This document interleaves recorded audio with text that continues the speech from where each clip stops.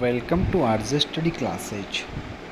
आज के 23 मई 2020 के डेली करंट अफेयर्स में चलते हैं। फर्स्ट क्वेश्चन है, निम्नलिखित में से किसने 2020 के लिए अपने बैक टू स्कूल अभियान की घोषणा की है? तो इसका सही उत्तर हो जाएगा एयर इंडिया।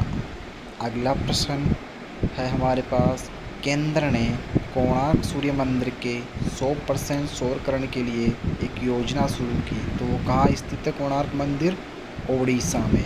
कहाँ? कोणार्क सूर्य मंदिर ओडिशा में स्थित है। अगले प्रश्न की ओर चलते हैं।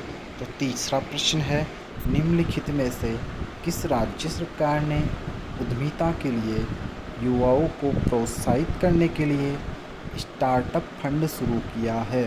तो उसका सही उत्तर हो जाएगा उत्तर प्रदेश। चौथा प्रश्न है हमारे पास, कैबिनेट ने कब तक प्रधानमंत्री वय वंदना योजना के विस्तार को मंजूरी दी? तो सही उत्तर हो जाएगा 31 मार्च 2023 तक। अगला प्रश्न है हमारे पास, हाल ही में केंद्रीय मंत्रिमंडल ने कितने रुपए के परिव्यय के साथ प्रधानमंत्री मत्स्य संपदा योजना की मंजूरी दी? 20,000 करोड़ रुपए की। अगला प्रश्न है, निम्नलिखित में से किस विश्वविद्यालय ने फेसबुक लाइव सत्र के माध्यम से ऑनलाइन एमए हिंदी कार्यक्रम शुरू किया? तो कौन सा विश्वविद्यालय है? इग्नू विश्वविद्यालय। अगले प्रश्न की ओर हम चलते हैं। अगला प्रश्न है हमारे पास, अगला प्रश्न, कौन सा दिन भारत में आतंकवाद विरोधी दिवस के रूप में मनाया जाता है? तो कौन सा दिन है वो? 21 मई आतंकवाद विरोधी दिवस मनाया जाता है। अगला प्रश्न है, केंद्रीय जांच ब्यूरो ने किस सॉफ्टवेयर के खिलाफ साइबर अलर्ट जारी किया? तो वो कौन सा सॉफ्टवेयर है? सर्बरस। कौन सा सॉफ्टवेयर? सर्बरस। केंद्रीय जांच ब्यूरो ने सर्बरस सॉफ्टवेयर के खिलाफ साइबर अलर्ट जारी किया। अगले प्रश्न की ओर चलते हैं। अगला प्रश्न है हमारे पास, भारत किस देश के साथ मिलकर कोविड-19 वैक्सीन का प्रशिक्षण करेगा? वो कौन सा देश है? अमेरिका। यानी कोविड-19 यानी कोरोना वायरस महामारी की वैक्सीन का प्रशिक्षण कौन से देश के साथ करेगा? अमेरिका के साथ। अगला प्रश्न है, भारत किस अंतर्राष्ट्रीय संगठन के कार्यकारी बोर्ड का अध्यक्ष बना है? तो कौन सा बोर्ड है? WHO। ठीक है। अगले प्रश्न की ओर चलते हैं। हमारे पास अगला प्रश्न है जो कि 23 मई 2020 के करंट अफेयर्स का।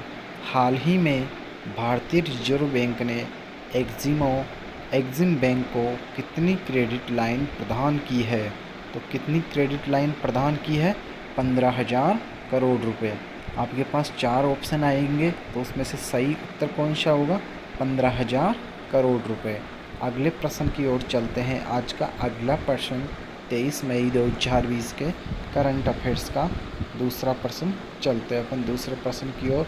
उससे पहले देखते हैं कि रिजर्व बैंक एग्जिम बैंक को कितनी क्रेडिट लाइन प्रदान की, उसके बारे में थोड़ा सा विस्तारित रूप देख लेते हैं। तो उसका विस्तारित रूप चलते हैं उसके विस्तारित रूप में। तो विस्तारित रूप है हमारे पास, भारतीय रिजर्व बैंक RBI ने अपनी विदेशी मुद्रा संसाधन आवश्यकताओं को पूरा करने के लिए यानी एग्जिम बैंक को 15,000 करोड़ की लाइन ऑफ क्रेडिट का विस्तार करने का क्या दिया है? फैसला किया है। Export import bank of India देश के अंतर्राष्ट्रीय व्यापार को बढ़ावा देने के लिए और निर्यातकों और आयातकों को वित्तीय सहायता प्रदान करता है। कोविड-19 महामारी के मद्देनज़र हालांकि वैश्विक व्यापार में तेज़ी से अनुबंध हुआ है और वैश्विक वित्तीय बाजारों ने अत्यधिक अस्थिर जोखिम का सामना किया है। इसी प्रकार अगला प्रश्न है, भारतीय रिजर्व बैंक द्वारा हाल ही में कटौती के बाद रेपो रेट दर कितनी है? तो 4 ऑप्शन दिख रहे हैं हमारे पास में। पहला ऑप्शन 4.6% है, सेकंड ऑप्शन है 4.4, थर्ड ऑप्शन है 4.0, इसी प्रकार फोर्थ ऑप्शन है 3.8%। तो हाल ही में कटौती के बाद रेपो रेट कितनी दी उन्होंने? 4.0, जो कि भारतीय रिजर्व बैंक द्वारा कटौती के बाद रेपो रेट दर दी गई है। इसी प्रकार इस जस्ट आगे वाले क्वेश्चन में चलने से पहले देखते हैं कि रिजर्व बैंक द्वारा कटौती के बाद रेपो दर कितनी की गई, उसके विस्तारित रूप देखते हैं। तो अपन चलते हैं इसके विस्तारित रूप में। तो इसका विस्तारित रूप, मौद्रिक नीति समिति MPC ने कोविड-19 महामारी के मद्देनज़र द्विमासिक मौद्रिक नीति की बैठक 20 और 21-22 मई को करने का निर्णय लिया है। यह बैठक पहले 3 जून 2020 को होने वाली थी और जिसकी घोषणा 5 जून 2020 को की जानी थी। और चल निधि समान सुविधा के अंतर्गत रेपो दर में 40 आधार अंकों की कटौती करके इसे 4.40% से 4.00% कर दिया गया है, जो कि क्या है, एक रेपो रेट 4.0। हाँ, अगला प्रश्न है, निम्नलिखित में से किसे हाल ही में विश्व बैंक के मुख्य अर्थशास्त्री और उपाध्याय के रूप में नामित किया गया? तो इसका कौन होगा अर्थशास्त्री उपाध्यक्ष? Carmen Reinhart.